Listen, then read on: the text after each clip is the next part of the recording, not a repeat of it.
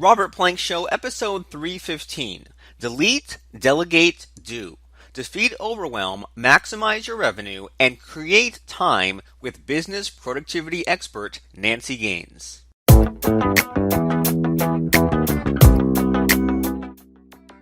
Hey everybody, and welcome back to the show. Our guest today is Nancy Gaines. You can go to her website at nancygaines.com. That's NancyGaines.com. And Nancy is the CEO and founder of Gain Advantages Inc. And she's been advising small businesses and Fortune 100 companies on how to increase revenues through proven systems for almost 2 decades. Now, she's a best-selling author and an international keynote speaker. And Nancy has been named in the top 100 productivity experts to follow on Twitter and has a global podcast downloaded in over 65 countries. And her main focus is creating business processes with actionable steps so her clients achieve more consistency, ease, and ultimate success. So Nancy, welcome to the show. What an amazing introduction. Thank you so much. I'm excited to be here today and serve your listeners. Awesome. Well, I'm excited to have you and talk you up and hear about all the good stuff that you have to offer. And so, right off the bat, you were named one of the top 100 productivity experts. Did they give you guys a ranking, or was it just like all top 100? You mean where did I fall in the ranking? Yeah, like did they say you were like, number 7 or something? So I was number 98. And oh, dang. So I just squeezed in there. But the thing was, I didn't even know that somebody was watching that kind of statistics. And all of a sudden I get this amazing tweet that says, "Congratulations, you made our top 100. So, of course, I go to see what number I am, and I was like 98, but I'm like, hey, 98's better than 101. So right. How cool is that? Right. I mean, top 100 out of how many, millions and millions of coaches and productivity experts. So, I mean, pretty awesome. So, as far as, productivity and all that sort of stuff, I mean, what do you have, or, what's sort of your shtick that makes you unique and makes you stand out? Well, I'm sure you know that life is getting busier and busier, and it was easy. I don't know how old you are, Robert, but I am in the second half of my life. And when I was a kid, all we had was a landline, and then pagers came out, and it was really simple. And then cell phones with this huge battery pack came out. Now you've got cell phones and smartphones and trillions of social media channels, and this is the perfect time for people to get more productive because they are basically going nuts. So what I do is try to find them at least one more hour in their day to spend on things that they want to do, and also automate their business so it runs smoothly and they can focus on sales and growing their business versus the day-to-day operations. Awesome, and I totally get that. That it seems like all this technology and having a smartphone and basically having infinity in your pocket and multiple devices, all that stuff was supposed to make things easier and kind of free up our time. But then it seems like we're all busier than ever, and there's all kinds of things sort of rushing in or fires we have to put out. So I completely relate to to just things being crazier and crazier, and even having 1 hour sort of freed up sounds awesome. So I mean, what's sort of that process of freeing up 1 hour? Do you have some quick fixes, or do you look at someone's day, or sort of what's the process to free up that hour?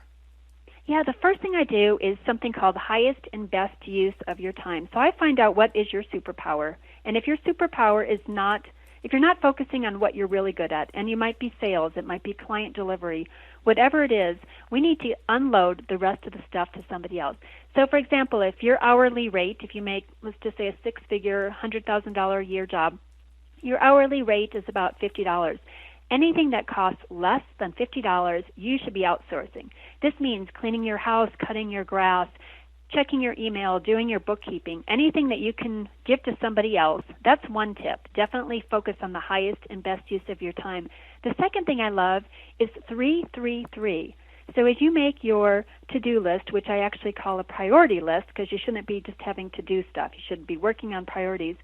Figure out 3 of those things you can delete, 3 of those things that you can delegate, and then just focus on the remaining 3 that are in your wheelhouse, your superpower. Pretty good tips, huh? Yeah, I think it is, and I think I can relate to a lot of that stuff, especially like you mentioned there, just have that priority list. Don't have some big, crazy, long thing, because I remember when I was a kid, my grandpa was really big on to-do lists, and it seems like his to-do list kept getting bigger and bigger until it was in the hundreds, and then he had multiple pages, and at one point on his fridge, he was so proud of having a table of contents for his to-do list, and you look at like this cover page and you'd be like, okay, on page 22, that's the to-do list for like the garden stuff, and I'm just thinking like, there's no way, like, I mean, that just seems so discouraging for that list to sort of grow and grow. And so that makes a lot of sense that the key is to sort of to simplify and reduce and pass off to others. So three, three, three. So three things you can delete, three things you can delegate, three things you can do. So awesome stuff. And so, as you're sort of and I've sort of heard this sort of advice before, and I'm kind of bad at following it. I outsource like some stuff, but there are definitely a lot of things that I should outsource. And I think the big reason why I'm sort of afraid to do it is that I'm sort of worried about like that overhead, like if I outsource, all these different things and I only focus myself on one thing, aren't I sort of just like kind of bleeding money everywhere? That is a great question. So, first thing I would do with your grandpa is actually chunk his day up. He's got too many things, and people put together a to-do list, and there's no differentiation. Cleaning the garden, weeds is way different than going out and making a new sale, right? Different weights. So, one way you can delegate, so after your grandpa would chunk into categories, so he can focus on a set of tasks that are the same, he can figure out which of those he can delegate to someone else. A lot of times people think delegation means employees, and then they think headaches and sick days and drama and all that stuff.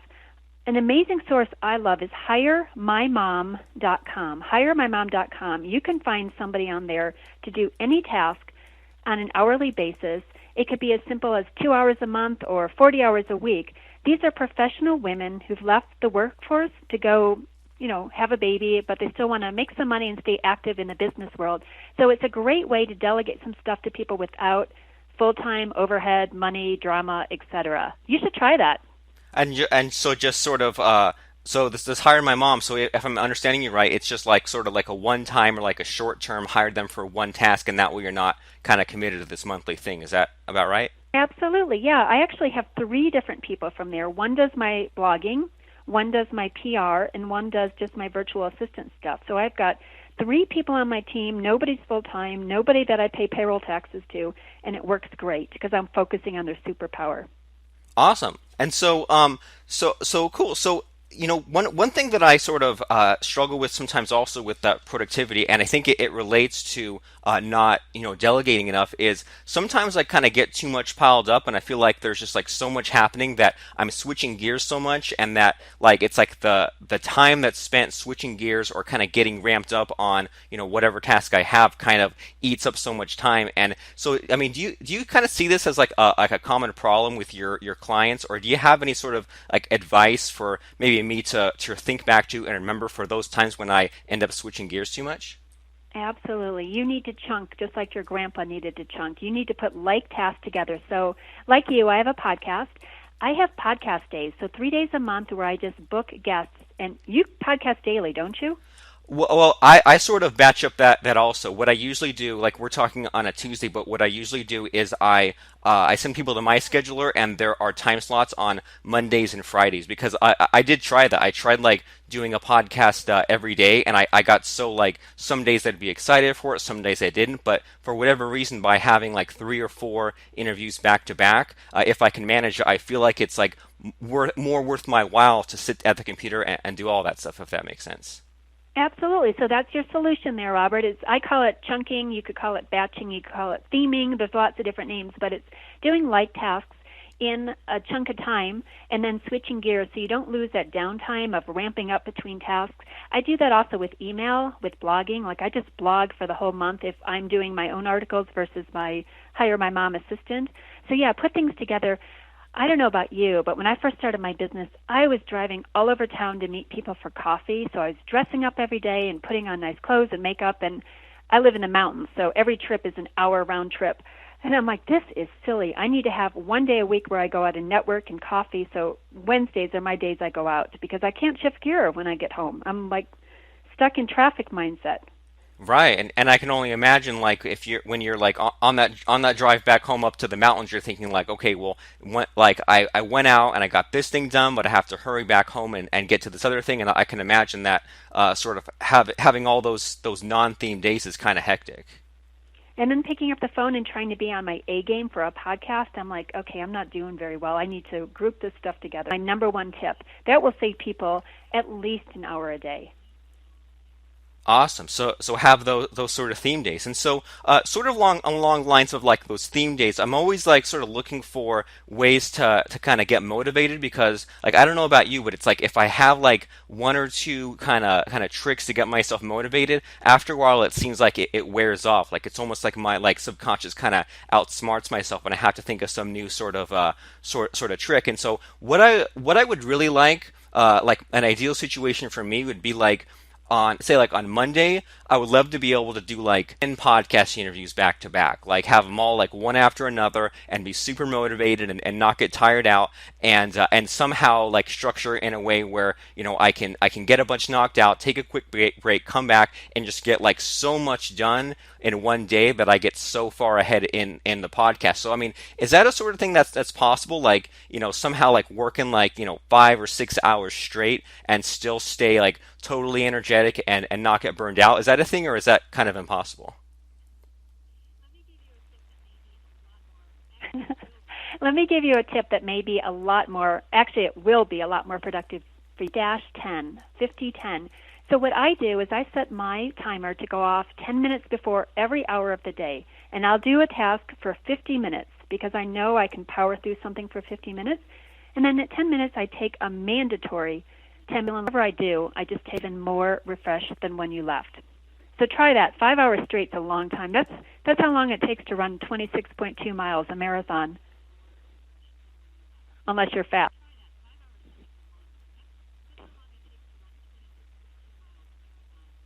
Oh, geez. I mean that's a long way. That's a long time. So, okay, so cool. So set that timer and so power through for 50 minutes and then take that 10-minute break. And this is great because like these are all sort of things that like I either like kind of used to do or forgot or heard before but didn't really take seriously. So this is kind of like reminders plus new information. And what was cool about sort of that kind of technique of having the timer was like I kind of learned about this from a way to overcome writer's block, right? Like it always sucks looking at that blank page, but by having that kind of timer taking away, at first, like the first couple of attempts of doing that, my brain kind of wasn't really sure what to make of it. And then there was that sort of phase where now I sort of started to get like in panic mode, but in a good way when that countdown timer came. But then on that sort of stage two kind of level of productivity, I would get in the groove, but then get sort of frustrated when like I'd be like, you know, in the middle typing a sentence and then have to follow that rule of timer went off, leave the computer and go do something else. But then after maybe a couple of days of that or a handful of attempts, then I got to kind of what you could call like the third stage, I guess, where when I saw that countdown timer going, I instantly kind of got into that groove. And then when I saw the countdown timer running out, I wouldn't slow down, but I would get to that stopping point and I wouldn't feel sort of as frustrated. So like that's a good technique where like I used to do something similar to that and I've kind of for whatever reason stopped doing that and I should probably start doing that. But there was a little bit of sort of getting used to it. But once it clicked, man, that worked really well. Oh, good. I'm glad to hear that. Yeah, productivity, there's not like I haven't found any new amazing productivity techniques. It's the same stuff, just repackaged, or when you hear it from somebody else, you're like, oh, that's a great reminder. I need to do that. It's kind of like losing weight. There's no special diet. You just move more and eat less, right? That's the trick. Right. And I mean, I'm a nerdy computer programmer, so sort of the way I think of it is, you know, human beings haven't really changed that much in 100,000 years. We're still kind of running the same brains, and those brains, like now we can, you know, learn to drive a car or learn math or learn to read or speak a language or something, but we're still kind of running the same operating system we've been running for 100,000 years. So I mean, there's no way that in, you know, the last 10, 20 years, someone would like think of something crazy and new because we're still running kind of the same program in our brains. And so when you're dealing with your clients, like, do you come across like a huge problem that a lot of people have? Like, does everyone have issues with like burnout or everyone have issues with procrastination? Like any like super number one common problem? Absolutely. Overwhelm. That is the number one key word that I hear from everybody. They're like, I am so overwhelmed. There's so much to do. I don't know where to start. So let me give you a tip on that. There's three. You should only be working on priorities. And how you determine a priority if you're a business owner, and even if you're an employee, Because I used to be a coder myself. What do you code? PHP and WordPress plugins. Oh, cool. Yeah, I applied to speak at a PHP conference. I'll see if that happens or not. So here's Awesome. the trick. Here's the trick. Here's the 3 criteria for a priority. Does it make you money? Does it save you money? Or does it systemize something in your business? Because systems are great. Systems actually do the work for you. You set it and forget it. So anything you do in your business more than 2 times should have a repeatable system. Anything you do more than 3 times should be automated so it runs by itself. So if you focus on priorities, it's an easy way not to get distracted by shiny objects or Facebook or whatever you're doing to avoid doing what you should be doing.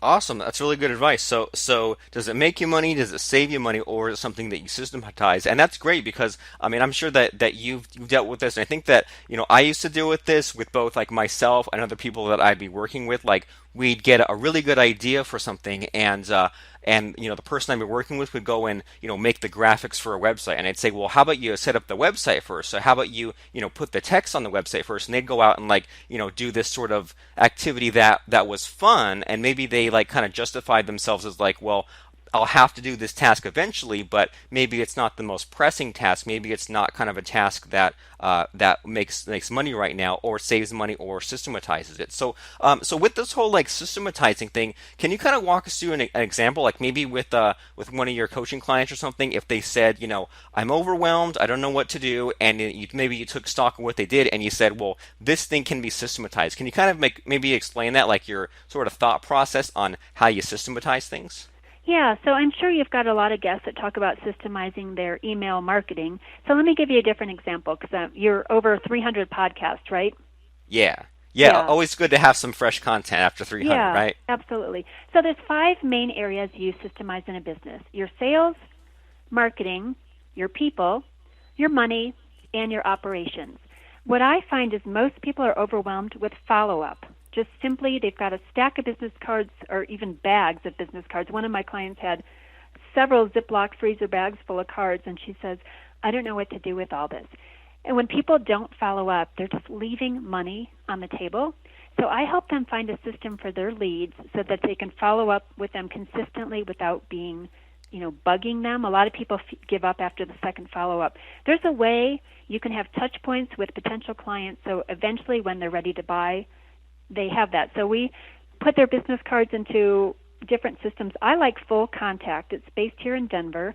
It just automatically scans your card and goes out to the web and gets all additional information like website and Facebook and Twitter handles. Really cool, even pictures. And then you can sort that and figure out what time you need to follow up with people. So there's a really, really simple way to one thing they can systemize. Another thing is just money. A lot of people aren't able to collect money on the spot, which is silly because, again, you're leaving money on the table. So we find systems where money can just get collected from their customers and deposited right into their bank account. Easy stuff, right? Yeah, easy stuff. And I like how it's not like, well, here's all this work you have to do. It's go and use this service that already has been created to solve this problem. Why reinvent the wheel from scratch and all that stuff? Just go and use the service. So you said Full Content will scan business cards, and that way you can get all this information and save a bunch of time on who to contact also, and have a way to be able to collect money on the spot. That way you don't have to chase clients afterwards and bill them and all that cool stuff. So 2 great resources right there. Yeah, just real simple. And the name is Full Contact, kind of like contact football. Yeah, I might not have been clear. Full Contact. It's roughly $100 a year. I try to find systems that are free or very low cost so people aren't spending an arm and a leg. But personally, I love Infusionsoft. That's my CRM system. There's You Can Book Me, which is a scheduling tool. There's all sorts of stuff to automate your life so you're not stuck in the details and you can go out and build your business. Awesome. And so speaking of being stuck in the details, have you ever seen people kind of get maybe lost in a kind of system? And kind of the reason that I bring that up is because like sort of the business that me and my business partner have, it's kind of like, I don't know, like it's not perfect. It's sort of disorganized, but it makes money. So we look at it as like, okay, well, I'd rather have sort of a messy business that makes money than a super neat and tidy thing that doesn't make money. But sort of along the lines of that having a CRM, like my business partner for a while, he was trying to maintain like a high rise HQ kind of system, I think, and I kept trying to like figure out things to look at, like, well, has he contacted customers? Have I contacted customers? And at one point, I kind of got frustrated trying to figure it out, and I just kind of said, okay, well, I'm just gonna grab a couple of mailing addresses of our customers and just write some postcards, and that way I don't kind of have to go and like check the system. So I mean, is that sort of an okay thing to do, getting rolling, or do you kind of see that where like sometimes is it sometimes better to just kind of take some action as opposed to figuring out some tool or some system? Oh, absolutely. I love simplicity. I mean, some people just want to use an Excel spreadsheet, which I'm fine with that. There's no reason it's got to be high tech, especially for some of my more mature clients. They're like, can I just have a spreadsheet? But my big thing is done is better than none. So congratulations for you to take some sort of action versus, getting stuck in a process that's too complicated. Yeah, just get it out the door, for sure. Okay, cool. So done is better than none, and so yeah, and so I like that sort of thinking because like at least I got some kind of action on that now. I've taken some kind of momentum, and then and then when I see some some extra customer engagement, I see some extra sales. That can be motivation for me to actually do more of that, or actually take the time to migrate to this other CRM system, and that way at least I'm kind of getting the ball rolling, and then later on I can kind of move over to that other stuff. Absolutely. You can always tweak stuff later. The biggest thing I see with a lot of people is that they're too afraid to take action because it's not perfect. And as a result, they are, again, leaving money on the table because nothing is getting done while they're making, the last 10% making it look beautiful. And as a result, somebody else is going and getting your customer because they've got something ready to go. Right, because they beat you to it, or they had more confidence. It's not necessarily that they were smarter or better than you. Just they took the action that you didn't. And yeah, totally. So I don't want to keep you too long, and I want to kind of start winding down our interview here. But as we're sort of starting to get near the end here, you mentioned there that some people are afraid to take that action because it's not perfect. So do you have any words of advice for those people? Like if there's like the fear and the doubt or the feeling of not being good enough or whatever it is. Do you have any sort of advice for people to maybe kind of stick in their head so that way anytime that they have that fear or have that doubt, they can kind of go back to what you had to say? Absolutely. Everything can be undone, just about. There's very few things in life that you can't undo. So if it didn't work, you're like, oh well, and you just do it again. And you know what else? Most people are not even watching you. They're more concerned with themselves. I tell this funny story. I was at a networking event at a Christmas event, and somehow I bumped up against this table of cupcakes, and I was wearing all black, and I'm walking around with white frosting on my abs the whole time as I'm talking to people for literally 2 hours, and not one person told me I had, like frosting all over the front of my outfit. And I got home, and I'm like, oh dear, like I've been walking around like this. And then I realized people are so caught up in what they're thinking, they didn't even notice that it was on me. So, yeah, nobody's really watching you that closely. Release something and fix it next time. Not a big deal.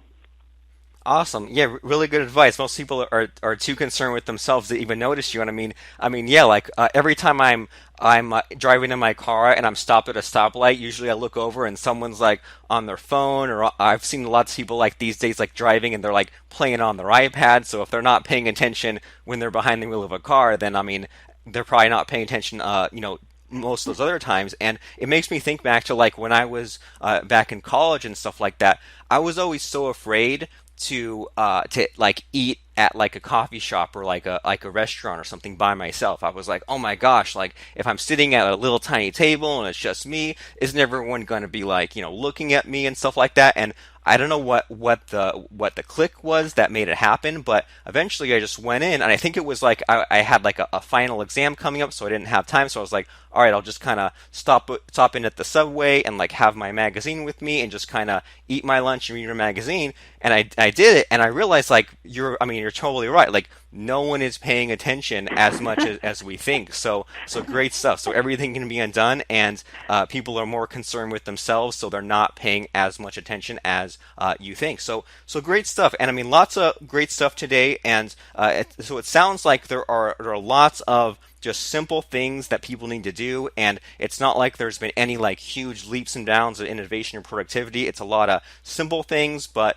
sometimes people get stuck anyway, or people like I've said, like there's lots of things that either I forgot about or habits that good habits that help me that kind of I drop. So lots of good reminders as far as like look at your highest and best use, delete 3 things, delegate 3 things, do 3 things, and chunk things, and separate your business so that you can look at things in terms of sales, marketing, people, money, operations, and then use these tools like follow up with your customers, because that's easy money that you might be leaving on the table. Use that full contact tool to scan business cards and stuff like that. Use Infusionsoft and CRM, or just even an Excel spreadsheet, whatever gets it done, because done is better than none. Everything can be undone, and people are more concerned with themselves. So lots of good stuff. And so if people are listening to our conversation today, Nancy, what website should they go to find out more about you, what you do, what you have to offer?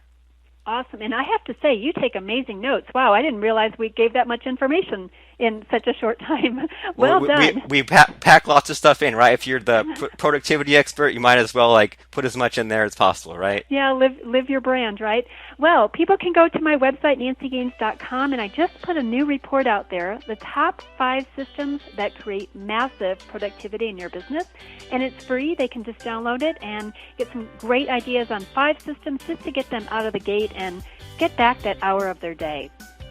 Awesome. So everyone should go there, nancygaines.com, get that report on those top 5 systems to wet your whistle as far as productivity, and get that quick fix, get that hour freed up. And me and Nancy both hope that you go to nancygaines.com and get that report, look at those top 5 systems, and we hope that by seeing how quickly and easily you can free up that hour, you want to do more and more and be more and more productive. So Nancy, after people go to nancygaines.com, they check out that report, if they like your stuff so much they want to come back and they want to buy your courses or hire you for coaching, are those kind of things that you offer as well?